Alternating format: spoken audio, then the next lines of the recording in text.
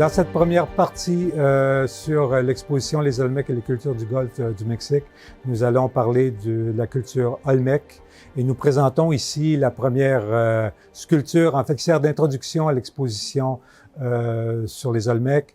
Il s'agit du Seigneur de las Limas. C'est une sculpture exceptionnelle qui a été découverte en 1965 par des enfants dans un village qui s'appelle Las Limas.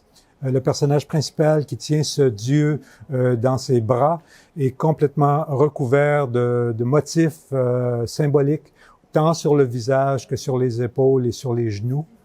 Et le personnage central qui est dans les bras de cet individu représente non seulement le dieu peut-être de la pluie, le dieu qui sera associé aussi à l'émergence du maïs, de l'agriculture, mais aussi il a sur son corps les insignes qui vont devenir des insignes du pouvoir. C'est-à-dire, par exemple, un rectangle, il y a deux rectangles, en fait, sur la poitrine qui sont ornés d'une croix centrale. Et ce motif est un motif qui va devenir éminemment important dans la culture olmec, mais aussi qui va servir de symbole pour plusieurs cultures mésoaméricaines par après. Nous allons maintenant nous diriger vers un groupe de sculptures très important qui s'appelle le groupe des Azuzules. Il s'agit d'un groupe de 4 sculptures qui font partie d'un ensemble de sculptures parmi les plus exceptionnelles de la culture olmec. On voit ici une paire de jumeaux, c'est-à-dire en fait 2 sculptures presque identiques, regardant vers deux grands félins. Ce sont des sculptures qui racontent peut-être l'un des grands mythes d'origine, à la fois du monde religieux des Olmecs, mais aussi du pouvoir comme tel. Et on voit ces 2 jumeaux qui sont peut-être associés au début de l'origine du monde, qui regardent vers des personnages à la fois félins, bien sûr, mais aussi qui sont posés dans une position qu'on retrouve souvent dans le statuaire associé au pouvoir. Le fait aussi que ces 2 félins regardent directement vers ces 2 individus qui sont peut-être émergents d'une caverne est peut-être une façon aussi de montrer d'expliquer cette mythologie du pouvoir, c'est-à-dire à la fois la connexion avec l'inframonde, mais aussi la relation du pouvoir avec une force absolue.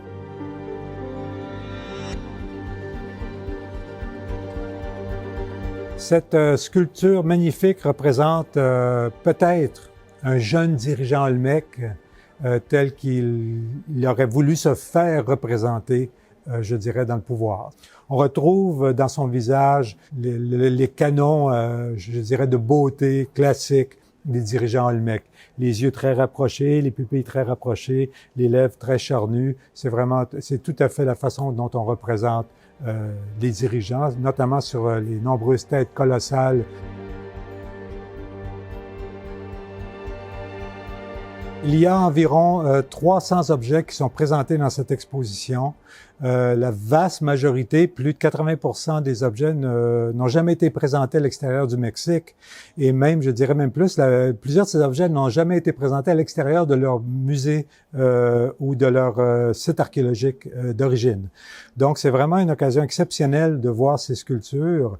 Et nous allons maintenant nous diriger vers la section qui porte sur le langage et l'écriture afin de voir l'une des pièces les plus surprenantes qui a été trouvée de la culture olmec. Cette stèle a révolutionné littéralement notre vision, non seulement de cette période, mais surtout même de la Mésoamérique elle-même. Il y a ici un glyphe qu'on voit apparaître tout au bas. Ce glyphe-là était déjà connu dans la culture maya et nous voyons ici apparaître le chiffre 15 plus 3, 18 jours, 16, 6 et un autre chiffre ici, 15. En fait, c'était une séquence du compte long qui nous donnait une date précise. Et il manquait le dernier chiffre de la séquence.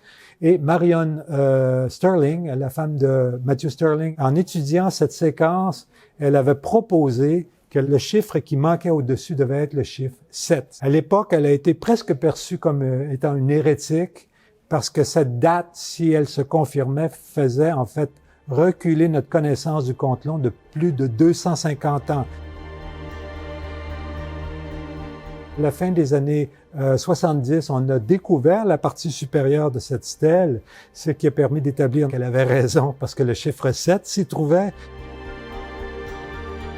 Nous quittons maintenant la section sur le langage de l'écriture et les Olmecs pour nous diriger dans la section qui s'appelle les femmes et les hommes du Golfe du Mexique, que nous allons pouvoir visiter lors du prochain épisode.